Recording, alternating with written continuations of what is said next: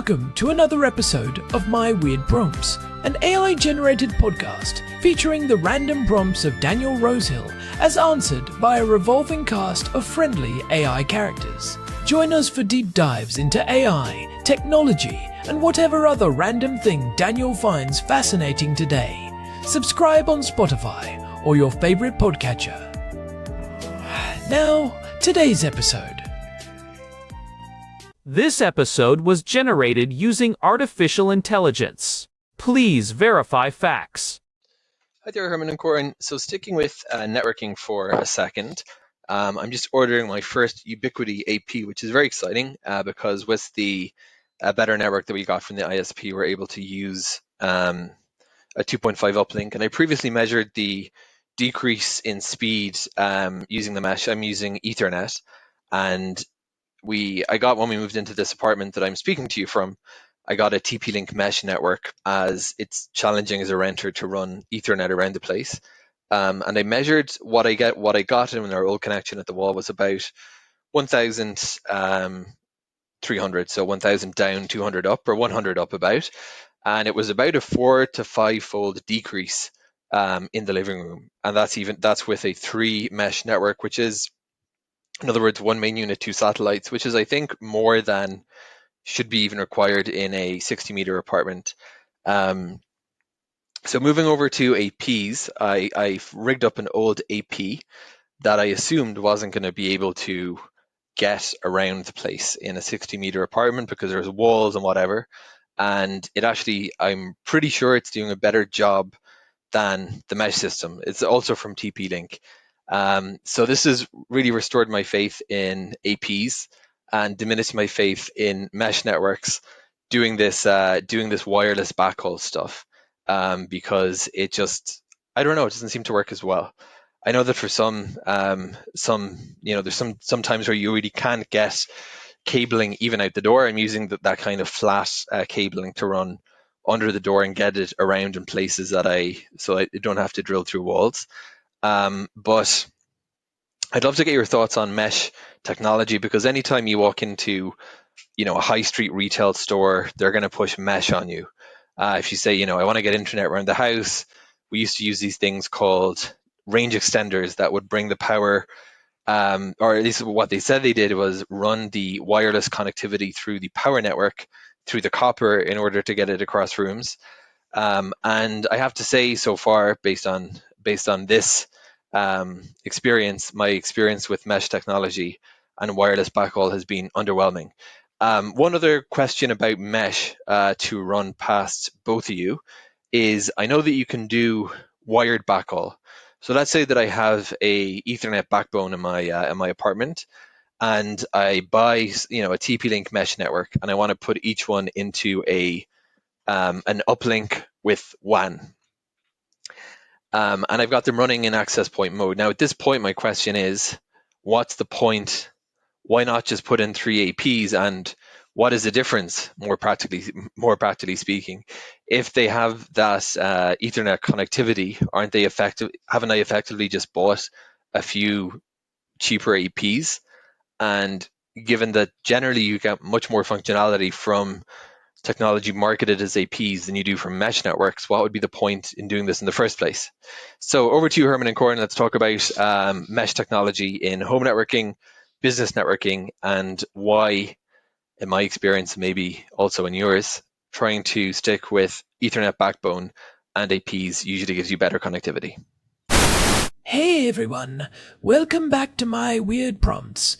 I am Corn, coming to you from a very rainy Jerusalem today, and I am joined, as always, by my brother, Herman Poppleberry, present and accounted for. Although I have to say, Corn, I am a little distracted by the state of our hallway. Our housemate Daniel has been running these incredibly long, flat white cables along the baseboards all morning. I saw that. It looks like a high-speed spiderweb. He actually sent us a prompt about it because he has been going through a bit of a networking crisis with his new place. He is moving into this 60-meter apartment, and he has been wrestling with the classic modern dilemma, mesh networking versus dedicated access points. It is the ultimate showdown for anyone who cares about their kilobits per second. And Daniel's experience is actually a perfect case study. He was telling me that he started with a mesh system, a 3-node setup in a 60-meter apartment, which, let's be honest, is a lot of hardware for that amount of space. And he saw his speeds drop by a factor of 4 or 5 in the living room compared to what he was getting at the wall. That is a massive hit. You go from 1,300 megabits down to maybe 200 or 300. And the funny thing is, he fixed it by going old school. He dug up an old dedicated access point, ran a wired backhaul with those flat cables I mentioned, and suddenly everything is better. It is a classic example of how marketing can sometimes lead us away from the most efficient technical solution. Today, we are going to tear into why that happens. We want to look at the practical differences between a mesh network running in wired access point mode versus just buying dedicated access points from the start. And specifically, why the retail world is so obsessed with selling us mesh when, as Daniel found out, a simple wire and a dedicated point often perform better. We will talk about roaming protocols, the hidden tax of wireless backhaul, and what is actually happening when your devices hop between nodes. I am excited for this one. It connects back to what we discussed in episode 252 about why gigabit internet can sometimes feel like dial-up. There is a lot of magic in the marketing of mesh that we need to demystify, especially now that Wi-Fi 7 is rolling out into high-end routers and devices, and we are already hearing early roadmap talk about whatever comes after Wi-Fi. Let's start with the basics of what Daniel was experiencing. Herman, for a 60-meter apartment, which is roughly 650 square feet, having 3 mesh nodes sounds like overkill. Why would adding more hardware actually make the speed worse? This is one of the most common misconceptions in home networking. People think more nodes equals more signal, which equals more speed. But in a small space, you run into 2 major problems, interference and overhead. When you have 3 nodes screaming at each other in a small apartment, they are often competing for the same limited wireless spectrum. It is like trying to have 3 separate conversations in a small elevator. And the wireless backhaul Daniel mentioned is the real culprit there, right?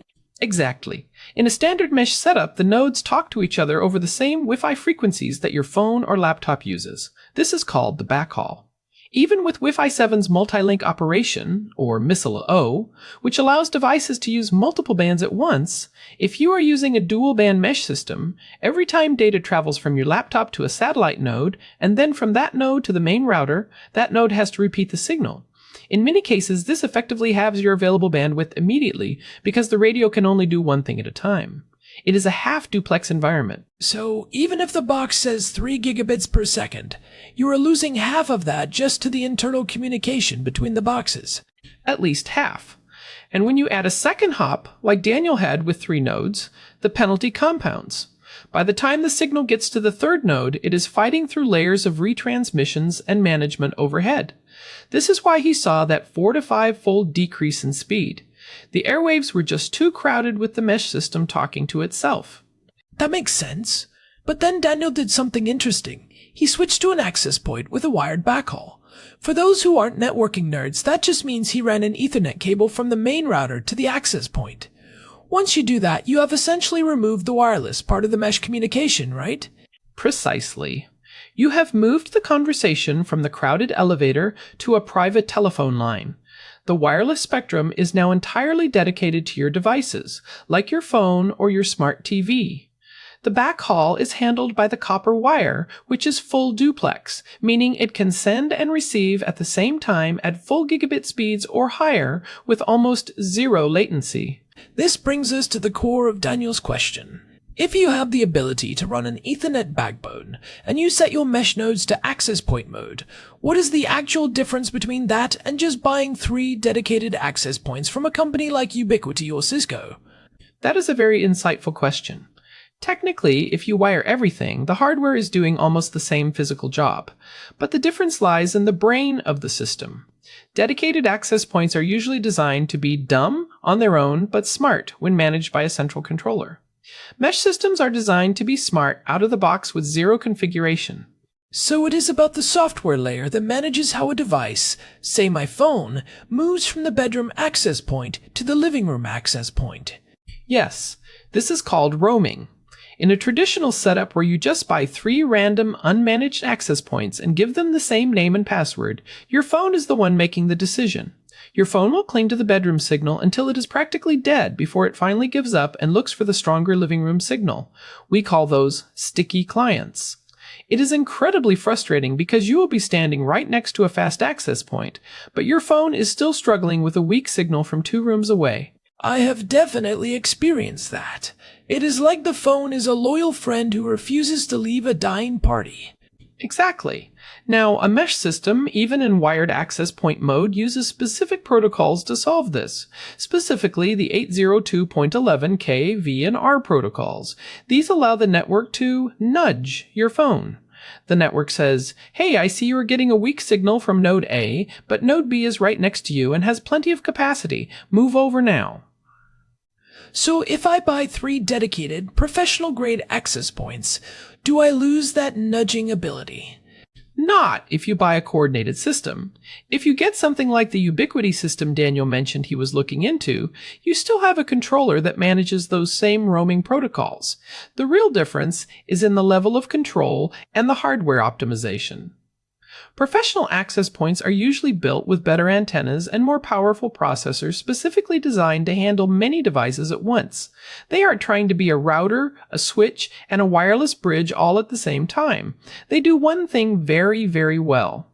It sounds like the mesh branding is really just a consumer-friendly way of saying managed access point system. That is exactly what it is. 10 years ago, if you wanted a seamless Wi-Fi experience across a big house, many people hired a professional to install a controller and multiple access points because doing it yourself was still fairly complex. Mesh companies took that technology, simplified the interface, and made it so you could set it up with a smartphone app. They democratized, managed networking, but in doing so, they leaned heavily on the wireless backhaul feature because most people don't want to drill holes in their walls to run Ethernet. Which leads to Daniel's other point. Why is mesh so heavily marketed in retail when a wired access point is clearly superior? Is it just because of the no wires promise? It is almost entirely because of the no wires promise. Retailers know that the number one barrier to someone upgrading their home network is the physical labor of running cable. If you tell a customer, just plug these 3 cubes into power outlets and you are done, they will buy it. If you tell them you need to run Category 6 cable through your attic, they will walk away.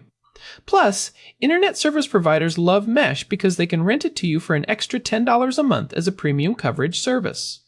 But there is a bit of a lie in that marketing, isn't there? Because, as Daniel found out, the no-wires version often performs terribly in certain environments. It is a trade-off that isn't clearly explained on the box. In a 60-meter apartment with thick concrete walls, which is very common here in Jerusalem, a wireless mesh is going to struggle. The signal has to fight through the same concrete to talk between the nodes as it does to talk to your phone.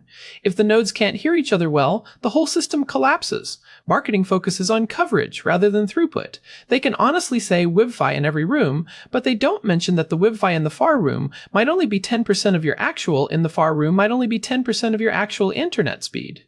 It is interesting that Daniel mentioned those flat Ethernet cables. I have used those before. They are thin enough to fit under most doors or behind baseboards. It seems like a prosumer middle ground. You get the stability of a wire without having to call a contractor to open up your walls. I love those things. They have changed the game for renters. And once you have that wire, the mesh advantage starts to shift. If you are willing to run a wire, you are much better off buying a dedicated access point or a mesh system that specifically supports Ethernet backhaul. Some cheaper mesh systems don't even have Ethernet ports on the satellite nodes, which is a huge red flag. Let's talk about that access point mode Daniel mentioned. When he takes a mesh system and plugs in the Ethernet, he is turning off the mesh part of the logic, right? Or is he? This is where the terminology gets blurry. Technically, mesh refers to the dynamic routing of data across multiple wireless hops. If you plug them all into Ethernet, they are no longer a mesh. In the traditional sense, they are just a group of coordinated access points. However, you still keep the single pane of glass, management. You still have one app to update all of them, one place to change the password, and those roaming protocols we talked about are still active. So, if I am building a network today, and I have the ability to run those flat cables like Daniel did, is there any reason to buy a mesh kit instead of dedicated access points? It depends on how much you want to tinker. If you buy a dedicated access point system, you usually need a controller. This is either a piece of software running on a computer 24/7 or a little dedicated hardware box. It gives you incredible data. You can see exactly which frequency every neighbor is using. You can create separate networks for your smart home devices, and you can tune the power of each antenna so they don't interfere with each other. That sounds like exactly the kind of thing you would enjoy, Herman. But for most people, that sounds like a headache. Exactly. And that is the value proposition of the mesh kits. Even when wired, they handle all that tuning automatically. They decide which channel to use. They decide when to move a device. For most people, that good enough automation is worth the slightly higher price of the hardware. But if you are like Daniel and you are seeing a massive speed drop, the automation is clearly failing you. I want to go back to the speed drop for a second. Daniel said he got 1,300 down at the wall, but it dropped significantly with the wireless mesh. If he uses the wired backhaul, does he get that full 1,300 everywhere? Not necessarily wirelessly, because of the limitations of the Wi-Fi standard itself. Even with Wi-Fi 7, seeing sustained speeds well over a gigabit on a mobile device usually requires being very close to the transmitter and using very wide channels, like 160 or even 320 megahertz. But he should certainly be getting 700 to 900 megabits per second if he is wired. The 4 to 5-fold drop he saw was almost certainly due to the wireless backhaul overhead and interference. So the wire doesn't just increase speed, it lowers latency too, right? Huge difference in latency. In a wireless mesh, every hop adds several milliseconds of delay. If you are gaming or on a high-stakes video call, those milliseconds matter. A wired backhaul has sub-millisecond latency between nodes. It makes the whole network feel snappier. We talked about marketing earlier. There is another thing I see a lot, range extenders. Daniel mentioned those too. Are those just a poor man's mesh? Oh, range extenders are the villains of this story. A range extender is usually a single radio device that just listens to a signal and repeats it. It is like a person standing in a hallway shouting what they hear from the kitchen into the bedroom.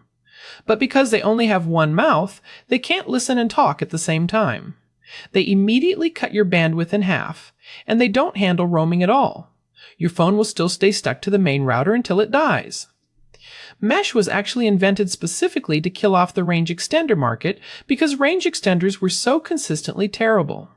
So if someone is listening and they have a range extender plugged into a hallway outlet right now, throw it away. Seriously. Or at least replace it with a wired access point. Even a cheap $10 router from 10 years ago, if you can run a wire to it and set it to access point mode, will perform better than almost any wireless range extender. That is a bold claim, but I believe you. Let's look at the business side of this. Why don't we see mesh systems in big office buildings or airports? Because they have the budget and the infrastructure to do it the right way. In an airport, you have hundreds of access points, and every single one of them is connected via high-speed fiber or copper to a central switch. They use a massive controller to manage thousands of clients simultaneously. Mesh is a fix for a lack of infrastructure. If you have the infrastructure, meaning the wires, mesh loses its primary reason for existing. So Daniel's realization that a dedicated access point performed better isn't just a fluke. It is a fundamental truth of networking. The wire is king. The wire is always king. We often say the best wireless network is one with as few wireless parts as possible. It sounds like a paradox, but it is true. You want the wireless part to be as short as possible, just the distance from your phone to the nearest wall or ceiling. Everything after that should be a physical cable. I think there is a takeaway here about the 60-meter apartment specifically. In a small space, do you even need 3 nodes? Daniel thought he did, but then he found one good access point might do the job. This is another great point. In a 60-meter apartment, if you can place one high-quality access point centrally, you probably don't need anything else. The problem is that most people have their router tucked away in a corner where the fiber or cable enters the house, often inside a metal cabinet or behind a television. That kills the signal. Daniel's wired approach allowed him to move the access point to a better location. Sometimes one well-placed access point is better than 4 poorly placed mesh nodes. It is about the physics of the signal, not just the quantity of the devices. Exactly. Think of it like lighting. You can have 5 dim candles scattered around a room, or one really powerful floodlight in the center. In a small apartment, the floodlight is usually more efficient. But the candles are easier to sell because you don't have to worry about where the power comes from. You just light them. I want to touch on what most people get wrong about fast roaming. You mentioned those protocols, 802.11k and V. If I'm setting up a network with 3 different access points, and I just give them all the same name, the Poppleberry network, why doesn't my phone just handle it? Because the Wi-Fi standard, in its original form, didn't have a mechanism for the network to tell the client what to do. The client, your phone, is in charge, and phone manufacturers program their devices to be conservative. They don't want to switch access points too often because every switch can cause a tiny drop in connection, maybe half a second. So, they wait until the signal is almost unusable. The K and V protocols allow the access point to send a list of neighboring access points to the phone. It says, hey, here is a map of other points you can see, and here is how busy they are. It makes the phone much smarter about when to... And the R protocol. That is, fast transition. It speeds up the actual handshake. Normally, when you join a new Wi-Fi point, there is a whole security exchange that has to happen. 802.11r allows the phone to pre-authenticate with the next access point before it even leaves the current one. It reduces the gap in connection from maybe 500 milliseconds down to less than 50. You won't even notice it on a voice-over IP call. This is what makes a mesh system, or a managed AP system, feel like one big network instead of 3 separate ones. Exactly. And Daniel's question about why mesh is marketed so much, it is because it bundles all that complexity into a buy now button. Most people don't want to learn what 802.11v is. They just want their Netflix to stop buffering when they walk into the kitchen. I think we should offer some practical advice for someone who is in Daniel's shoes. They are in a medium to small apartment. They are frustrated with their Wi-Fi, and they are looking at a $200 mesh kit at the store. What should they do first? Step 1. Look at where your current router is. If it is in a cabinet or on the floor behind a couch, move it. Just getting it up to head height and away from metal can increase your range by 30%. Step 2. The long cable test. Yes. Do what Daniel did. Buy a 50-foot flat Ethernet cable for $15. Run it across the floor temporarily to a secondary access point in the room where you have bad signal. If your speeds suddenly jump to what you are paying for, you know the problem isn't your internet, it is your wireless backhaul. And if they decide to go with a mesh system because they like the app and the ease of use, what should they look for to ensure they don't get that 4-fold speed drop? Look for tri-band. A tri-band mesh system has a third radio dedicated entirely to the backhaul. It is like having a private lane on the highway just for the routers to talk to each other. It doesn't solve the interference problem entirely, but it prevents the halving of your bandwidth. It is more expensive, but it is the only way to get near gigabit speeds on a wireless mesh. But, as we've established, even a cheap dual-band mesh system will perform like a tri-band system if you just plug in an Ethernet cable. Correct. The wire turns a $200 system into a $500 system in terms of performance. That is the ultimate networking life hack. Spend $20 on a cable to save $300 on hardware. It is the hill I will die on, Korn. Our house is a testament to that. I think I have measured every centimeter of signal in this place. I know you have. I have seen the heat maps you draw on the kitchen table. They are beautiful, aren't they? But in all seriousness, there is a second-order effect here. When you use a wired backhaul, you are also making the airwaves cleaner for your neighbors. Because your nodes aren't constantly screaming at each other wirelessly, there is less overall noise in the building. In a dense apartment complex, if everyone switched to wired backhaul, everyone's Wi-Fi would get better. It is a civic duty, really. Wired networking is a form of urban renewal. I love that. We are cleaning up the invisible smog of the city. So, looking forward, we are seeing Wi-Fi 7 devices as the new high-end standard, and industry groups are already starting very early work on whatever the next Wi-Fi generation will be. Does that change this mesh versus AP debate? Future Wi-Fi generations will likely introduce even more coordination features, things like more advanced beamforming and ways for multiple access points to work together better in dense environments. But, And this is a big but. They will still rely on the access points being able to communicate with each other with very low lag. And guess what the best way to do that is? Let me guess. A wire? Exactly. Even with fancy new coordination features in future standards, a dedicated copper or fiber line will always have lower latency and higher consistency than a signal traveling through air and walls. Physics hasn't changed. It feels like we are in this transition period where the hardware is getting so fast that we are hitting the limits of what the air can actually carry in a crowded environment. Exactly. We are trying to push more and more data through a very narrow pipe. It is like trying to fire a fire hose through a straw. Eventually, you just need a bigger pipe, and that is what the Ethernet cable is. I think we have thoroughly demystified the mesh marketing for today. Daniel, I hope that helps with the new apartment setup. It sounds like you are on the right track with the old access point and a long wire strategy. It might not be as pretty as 3 matching white cubes, but the speed tests don't lie. And if you really want it to look pretty, those flat cables can be painted or hidden under the edge of the carpet. There is no excuse for bad Wi-Fi in 2026. Well said. Before we wrap up, I wanted to mention that if you are interested in the deeper layers of how this data actually moves once it hits that wire, check out our last episode, number 285, where we did a deep dive into the OSI model. It explains exactly what happens to that packet as it travels from your phone to the server 10,000 miles away. That was a fun one. I still think the data link layer is the unsung hero of the internet. It really is. And hey, if you've been listening to my weird prompts for a while, and you are finding these deep dives useful, we would really appreciate it if you could leave us a review on Spotify or your favorite podcast app. It genuinely helps other curious people find the show, and we love reading your feedback. It really does make a difference. We are a small operation here in Jerusalem, and every review helps us keep the lights on and the Ethernet cables running. You can find all our past episodes, including the ones we referenced today about mesh networking and cognitive toolboxes, at our website, myweirdprompts.com. There is also a contact form there if you want to send us a prompt of your own. We are always looking for new rabbit holes to dive down.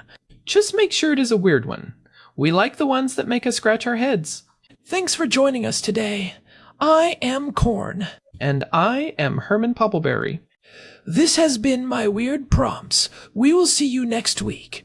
Stay curious and maybe buy a longer Ethernet cable. Goodbye. This episode was generated using Gemini Flash 3. Text-to-speech engine was Chatterbox Turbo. Thanks for listening to another episode of My Weird Prompts, an AI-generated podcast featuring Daniel Rosehill's AI prompts, as answered by a revolving cast of friendly AI characters including me, Cornelius the Sloth. Subscribe on Spotify or visit myweirdprompts.com.